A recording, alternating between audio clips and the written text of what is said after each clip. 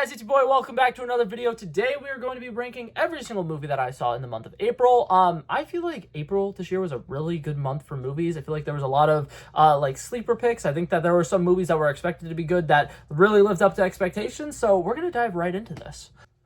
Alrighty, so right off the bat, I'm going to go ahead and talk about the movies that I missed. I don't think there were a whole lot of movies that I missed this April, if I'm being honest.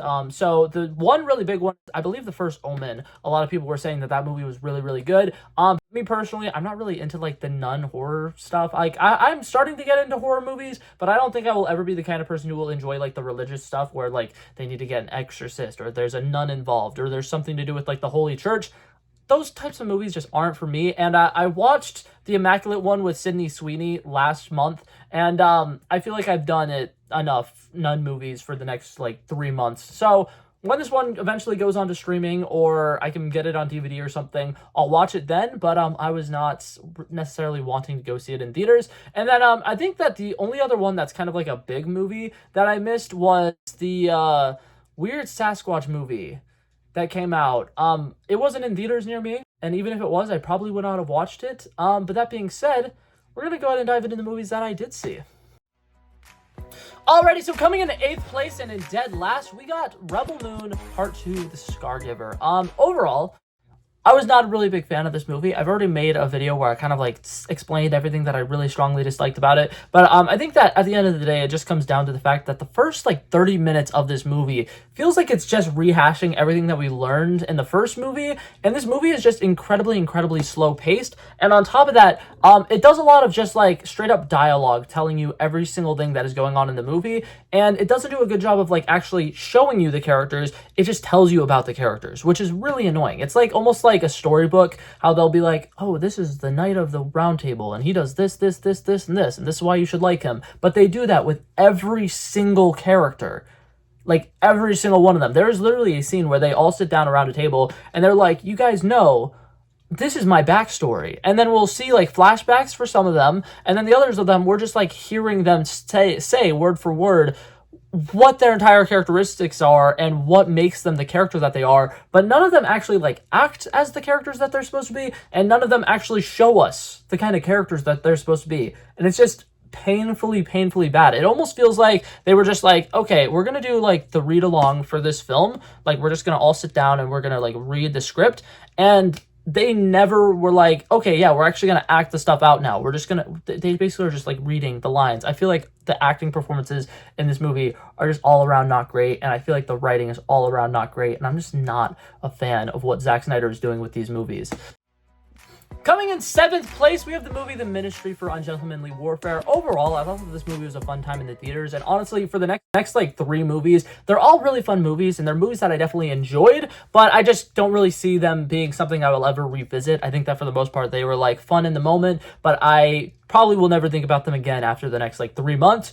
So this movie in particular, we get some really interesting stuff. For one, I love the behind-the-scenes facts, like the fact that Henry Cavill has wanted to be James Bond for a really long time, and I guess he's kind of been like passed over for that role a couple of times, and now in this movie, he gets to play the historical figure who James Bond was based after. I think that that's just like a really fun thing. And overall, I think that there's like a lot of fun action sequences in here. Like we get to just watch these guys completely just mow down hordes and hordes of Nazis, and there are some action sequences that like are really entertaining. We get to watch Alan Ritchson go around a boat killing a bunch of people with a bow and arrow, and then we get to watch him murder people with an axe later in that exact same scene, and it's so fun. Like, there's a lot of really good stuff to enjoy about this movie, but I think that overall there is no tension, and it really kind of like kills the movie a little bit because we're just watching these people just win and win and win. And it's almost like watching people who are really good at video games play video games. And it gets to a point where it's like, well, you know they're not going to lose. So it's like not as entertaining as it could be. Whereas like sometimes they'll have like stumbles and they'll like struggle with certain fight sequences. They do not struggle at all. They are just absolutely decimating every single person they fight in this entire movie. Which, like I said, it's fun. It's not bad. I think that the score was pretty interesting. I actually really liked some of the like song choices and stuff that they did with that.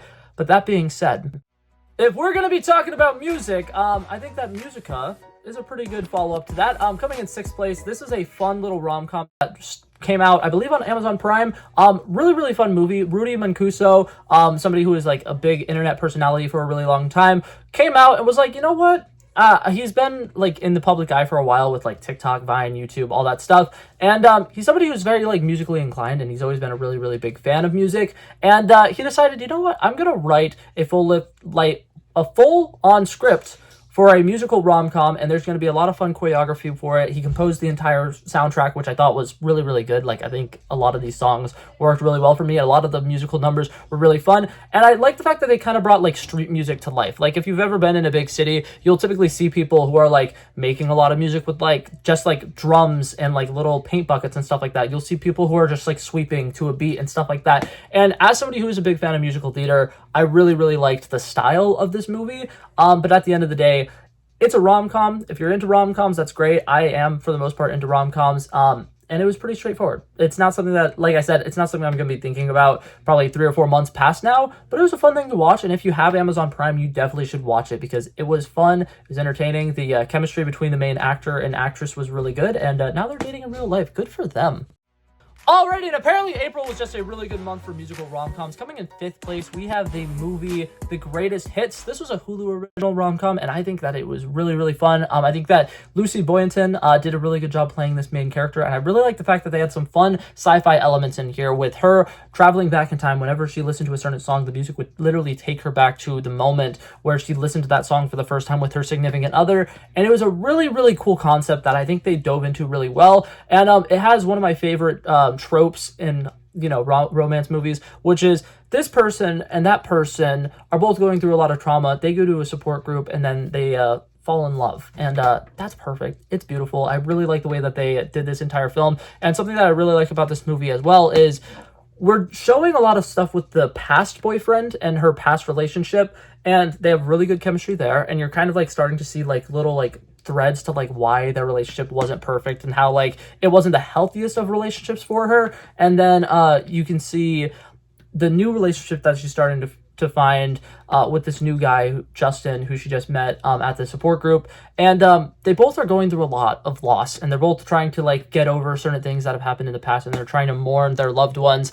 And they both end up deciding to let go of the past in this movie, and they do it like one of them like does it quite literally, and then the other one does it kind of in a more symbolic way, and it's just really, really well done. I really enjoyed this movie.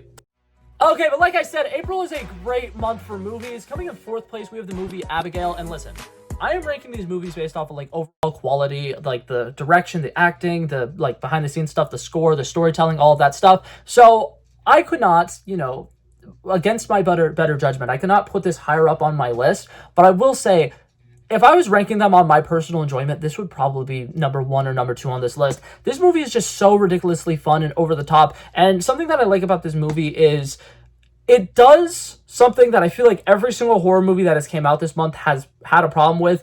And it has likable characters. Like, for the most part, Blumhouse, like their horror movies or whatever that I've seen, they're all like okay, but the one thing that I really hate is like the main characters that you're following, you don't really get interested in them at all. The only reason why you're kind of like care, you know, whether or not they live or die is because they are the main characters, and that's who you were told you need to focus on. But for this movie, they do something a little bit more interesting where they have a group of characters. You don't necessarily know who's the main character. They all kind of like don't trust each other. They all are like criminals, so like they definitely have some kind of like issues against each other, and there's definitely a lot of tension in the air whenever stuff starts going sour. But I really like it because each character was likable for their own different reasons, and it didn't feel like a cop-out where they were only writing likable characters. They just got actors and actresses who can portray the character archetypes that they were playing incredibly well. I think that Dan Stevens does a really good job playing a dick in this movie, and he's so fun in this role. He's definitely a character who you can hate, but because of his performances, because of his like sassiness, it's just so fun to watch. Melissa Barrera, being the survivor character that she is in a lot of these horror films, absolutely fun. The way that she's very nurturing in this movie is also very comforting for people who are afraid of horror movies. I think that her character is a really good, like, kind of like beacon of hope if you're ever like, okay, things are really, really bad. If you go and see her character, it'll help you calm down. It'll ease those nerves a little bit. Catherine Newton's character, so fun, so likable. She's just like a flirty little doesn't care, just kind of like twirling her hair, having a great time, even though stuff is kind of going wrong. Very fun character. Angus Cloud, another just great character. He's so adorable, and he's just like, you know, trying to like flirt with people, and it's not working at all. And I love it. I think that this movie just did a really good job of bringing together a group of ridiculous characters and putting them in this horror landscape. And I've said this before, and I'm gonna say it again. I think this is unironically the funniest movie that I've seen in the last couple of years. And if cinema dies, I'm really sad, because this is 100% the kind of movie you have to see in theaters. The bloodbath was epic. The horror aspects were pretty scary. Like, there were a couple of moments that worked really well for me. And overall, it was just a really, really good time. Alrighty, and coming in third place, we have Alex Garland's Civil War. I think this movie is incredibly brutal. I said this when I did my original review of this movie, but watching this movie, I felt literally every emotion I've ever felt in my life. There is so much anxiety. There is so much just like absolute terror. You can see some of the like worst sides of humanity, and they do not like shy away from showing you really morbid stuff. And it does a really good job of kind of like towing the line between like, there's not a side chosen in this movie, and I know a lot of people are kind of disappointed at that, but it's like, it's not here to show you, okay, here's our political beliefs, you need to follow these political beliefs, and it's not trying to like antagonize anybody who has certain political beliefs. It's just trying to show you how during the worst of times, humanity falls apart, and it falls apart really, really bad. And I kind of like it because you know, they say like, united we stand, separated we fall, or something like that. It shows that literally perfectly. There's a bunch of people who are fighting in this movie who don't even know who they're fighting for. They don't know what they're fighting for. They just know that they're fighting the other people because the other people are fighting them. And it just kind of goes to show how chaotic a civil war in today's modern age would be. And it's really, really interesting. I like the fact that it follows the journalist, and it shows kind of the importance of journalism in here as well, because this movie is trying to shine a light on like some of the like negative things that will happen, like, you know, if people just kind of like keep letting things boil up and boil up and boil up, and there's no regulation for certain things. And I think that it does a really good job of shining a light on that stuff by following the characters who are there to do that exact thing. They're here to shine a light on humanity and kind of be like, hey guys, this is what's going on. Maybe we shouldn't be doing this. Maybe we should be better. Maybe we shouldn't be trying to fight and create war, because war never leads to good things. It only brings out the worst in humanity. And it was a very, very great movie. I would definitely recommend checking it out.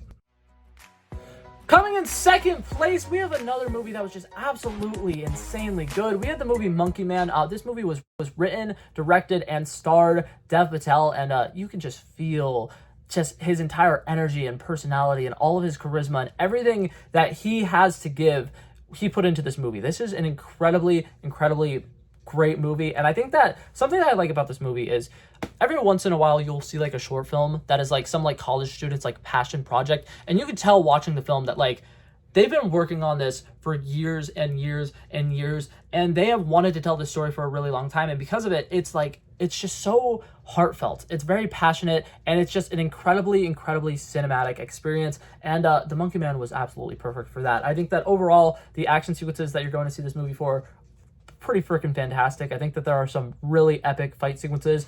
I think that the entire like cultural side of things, really, really cool. And I like the fact that they were able to make this more than just like Dev Patel, you know, getting out of the hood essentially. That was a terrible reference. But basically they showed his rise to power, and then they had him actually like go and kind of like tear down the dictatorship that was going on in the country that he's in. That was so cool. That was epic. And I think that this movie has one of the best like midpoints in a movie I've ever seen. He literally he hits rock bottom really, really hard.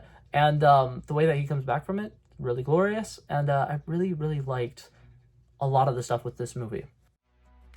But coming in first place, we have the movie Challengers. I think that any Zendaya movie this year apparently is going to be absolutely incredible. If she's in any more movies this year, watch out. It's probably going to instantly be one of the best movies of the year. But this movie is just insanely, insanely well written. I didn't know this when I did my original review of it, or at least I don't think I did. The person who wrote this movie is married to the person last year who wrote the movie Past Lives, and that movie and this movie are just incredibly well written movies. I think above anything else, of course, the cinematography is great. All the acting performances are great. The score is absolutely fantastic. If you haven't listened to the soundtrack for this movie or whatever, or the score for this movie, listen to it. It is so good. Every single song that they chose, it's just so good. But overall, this movie is just really, really well written. I think it's a masterclass in nonlinear storytelling because this movie takes place throughout the time span of one tennis match, which is so cool. And then in between the sets, we will go back to like 13 years ago when these people first met and they're having their first interactions and they're so young and innocent and they haven't gone through all this heartbreak.